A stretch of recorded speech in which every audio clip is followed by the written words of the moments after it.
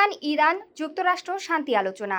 আজ পাকিস্তানের ইসলামাবাদে ইরান ও যুক্তরাষ্ট্রের মধ্যে পরোক্ষ আলোচনার মাধ্যমে মধ্যপ্রাচ্যে উত্তেজনা কমানোর একটি বড় কূটনৈতিক প্রচেষ্টা চলছে।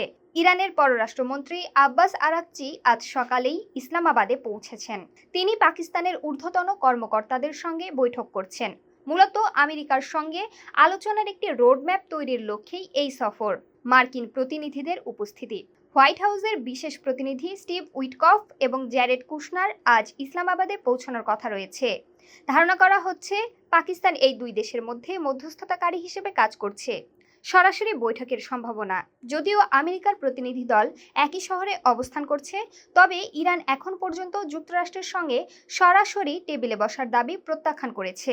পাকিস্তান দুই পক্ষকে পৃথকভাবে ব্রিফ করার মাধ্যমে আলোচনা এগিয়ে নিচ্ছে। জেডি ভ্যান্সের ভূমিকা। মার্কিন ভাইস প্রেসিডেন্ট জেডি ভ্যান্স এই শান্তি প্রক্রিয়ার উপর নিবিড় নজর রাখছেন।